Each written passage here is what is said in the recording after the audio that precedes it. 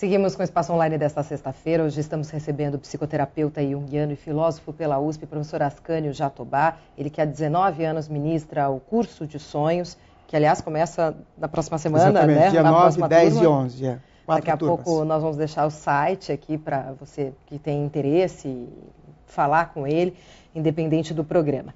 Bom, professor, o que acontece com o inconsciente, já que vínhamos nessa história no segundo bloco, quando nós morremos? O que acontece? Não tenho a menor ideia. O inconsciente pessoal vai para o mistério que é a morte. Agora, o inconsciente coletivo permanece. Né? Bilhões e bilhões de pessoas já passaram pela humanidade e o inconsciente continua o mesmo. Tá? Eu comparo a humanidade como uma árvore. Né? No outono as folhas caem, né? Na primavera elas começam a brotar, aí vem o verão, dá fruto, etc, etc. Então, a humanidade atualmente tem 6 bilhões de pessoas. Daqui 150 anos, nenhuma dessas 6 bilhões de pessoas vão estar vivas, mas a humanidade vai acontecer. O inconsciente vai continuar vivo e eterno. Tá? Nós somos como as folhas dessa árvore que vamos, né, fazendo com que essa árvore continue viva, mas o nosso tempo de vida é curto. A gente vai cair e vai servir de humus, né? Vai servir de adubo para essa árvore continuar. Ou seja, a humanidade vai continuar com a nossa morte, o inconsciente vai continuar com a nossa morte. Mas essa pergunta sua é muito profunda porque é um tremendo mistério. O que vem depois da morte? Né? Quem é que tem capacidade de responder? Né? O Jung nunca se debruçou nessa questão. O primeiro texto que eu mando para os alunos que vão fazer o curso a partir do dia 9 é a crença dele na vida após a morte. Só que não é uma crença científica, é uma crença intuitiva, por sonhos, por intuições que ele teve. Tá? Então ele acredita nisso. Né? Só que eu pessoalmente tenho a seguinte comparação. Nós somos como uma gota de água. Né? O oceano é o inconsciente coletivo. E quando nós somos um indivíduo vivo, nós somos uma gota destacada desse oceano. Quando a gente morre, essa gota retorna para o oceano e a gente vai ser aquilo que a gente era antes de nascer. Todo mundo quer ter vida eterna, quer continuar. A maioria acredita em reencarnação ou que a vida continua depois da morte. Agora, o antes da vida, ninguém se questiona. Na minha opinião, se o depois da vida for igual ao antes da vida, o nada absoluto, está de bom tamanho. A gente tem que aproveitar bem essa vida quando a gente tem essa consciência, que é um mistério, porque a gente não sabe o que vem depois. Mas para mim, pessoalmente, se for como era antes, já está bom. E eu espero que todo mundo reflita sobre isso, porque essa experiência de estar vivo, estar consciente, é única. É um mistério a cada dia, a cada passo que a gente dá e a gente não sabe explicar. Alguns dizem, puxa, eu vou fazer terapia junguiana e ela não tem fim. Ela não tem fim mesmo? Quando você se propõe a fazer uma terapia junguiana, você se propõe a ficar até quando você se permitir? O que não tem fim é a autoanálise. Né? É você, mesmo vivendo 80, eu acredito que o Niemeyer, que está com mais de 100 anos, ele deve fazer uma autoanálise, né, do grande arquiteto que ele foi, do grande criador que ele foi. Ele não está isento de se analisar ou de viver crises. Tá? Então, seja qual for a idade que a pessoa está vivendo, ela vai estar em conflito, né, com esse inconsciente coletivo, com isso que as religiões chamam de Deus. Então, o tempo todo ela vai ter que estar se analisando. A terapia junguiana auxilia as pessoas a criar esse diálogo com o mundo interior e não com o vizinho. Porque a pessoa pode estar com 90 anos invejando o carro do vizinho. Então ela ainda está numa fase muito pouco evoluída da vida, onde ela se preocupa mais com a própria imagem, com os próprios bens materiais, está com o pé na cova já e fica ainda ligada, né, nessas coisas de aparecer, quando na verdade o que importa para a terapia junguiana é uma essência, você voltar para os seus valores mais profundos. E isso é um cuidado que você tem que ter pela vida toda.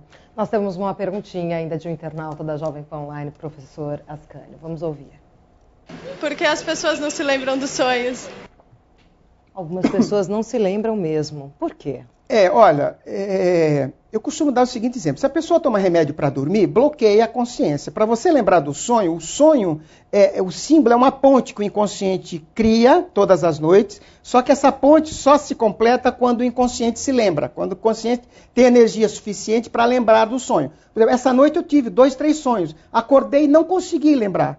Né? Só tem uma imagem muito fugaz de balões dourados subindo. Tá vendo? Só que eu vou trabalhar o dia inteiro com isso para tentar entender um monte de balões dourados meio que subindo. O que isso significa? Eu, apesar de ter uma experiência de trabalhar diariamente com os meus próprios sonhos há 30 anos, não quer dizer que eu sonhei, eu já entendi. Eu tenho que trabalhar com aquilo e tentar entender o significado.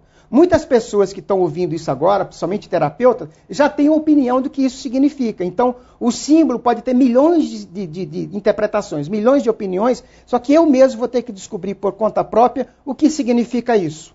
Professor, por que algumas pessoas têm sonhos recorrentes há anos? Sonham com a mesma imagem, com o mesmo símbolo, porque aquilo não foi resolvido, não foi digerido? Eu costumo dizer o seguinte, eu nunca trabalhei em consultório com neuróticos de guerra, alguém que tenha ido à guerra. Isso é comum em neuróticos de guerra, é comum em pessoas que teve alguma experiência muito traumática na infância. Aí, por motivos desconhecidos, mesmo que ela faça 10 anos de terapia, a natureza continua repetindo aquilo, tá? Mas eu já notei mais de 3 mil sonhos, eu não tenho nenhum recorrente. E já trabalhei com milhares de pessoas que contaram sonhos para mim, nenhuma delas disse que o sonho era recorrente. Eu posso ter sonhos com o mesmo símbolo. Por exemplo, nesses 3 mil que eu anotei, eu tenho mais de 250 onde aparece criança. Isso não é sonho recorrente, é o sonho onde aparece o símbolo da criança. Ou sonhos com o pai, ou sonhos com a mãe, ou sonhos com um velho. Então, isso é diferente. Só que as pessoas, quando não têm uma prática com sonhos, elas acham que são sonhos repetidos. O mesmo sonho. É muito difícil a natureza... Existe, mas é muito difícil a natureza repetir o mesmo sonho sempre. Aquela sensação de déjà vu que nós temos de vez em quando, enquanto estamos conscientes, pode ser um sonho que nós tivemos? Uma das explicações é um sonho que a gente já teve. Mas eu li recentemente uma pesquisa que foi feita, é como se houvesse o cérebro, como essas fitas de filmes, você vê a cena e não registra, e por frações de segundo o cérebro, quando vai registrar, o olho já viu mais rápido do que a consciência, aí dá essa sensação de já ter visto. Mas eu já tive muitos sonhos que depois aconteceram e deu essa sensação. Então os sonhos também dão essa sensação. Entendi. Tá? Mas essa explicação fisiológica, eu gosto dela também. Os cientistas caminham por isso também. Vamos falar um pouquinho, está terminando, vamos falar sobre o curso de sonhos que o senhor propõe. Ele é voltado a quem, quantas pessoas participam, como é que ele funciona exatamente? Olha, esse curso já existe há 19 anos, né? Nesse semestre eu estou abrindo 4 turmas, 2 à tarde e 2 à noite. As pessoas se encontram 2 horas por semana, num desses horários. Maiores de idade, né?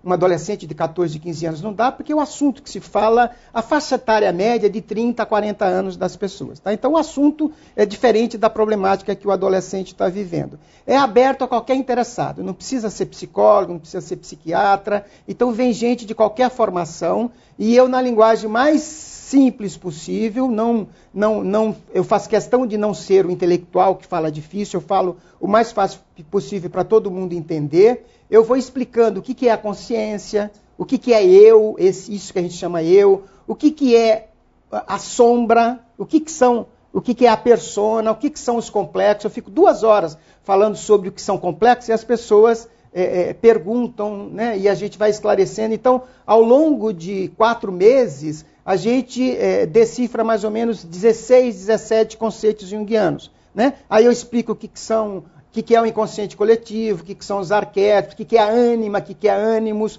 e aí vai preparando a pessoa teoricamente para chegar na segunda parte desse curso, que é a parte prática, onde as pessoas contam os sonhos e a gente, com esse cabedal teórico que a gente adquiriu na primeira parte, a gente tenta em grupo entender o significado daquele sonho. E é um trabalho maravilhoso, né? Eu amo isso que eu faço, porque é de arrepiar como o inconsciente dá de presente todos os dias, através dos sonhos, solução para o problema das pessoas. Em meia hora de conversa sobre o sonho que a pessoa contou, ela já sai dali, né, alimentada com tarefas, inclusive, para ela viver a semana, porque é a própria natureza, e ela vai ter outros sonhos durante a semana, é a própria natureza que está orientando a pessoa. Ali o grupo é só um apoio para a pessoa sozinha interpretar seus próprios sonhos. São quantas pessoas que participam, professor?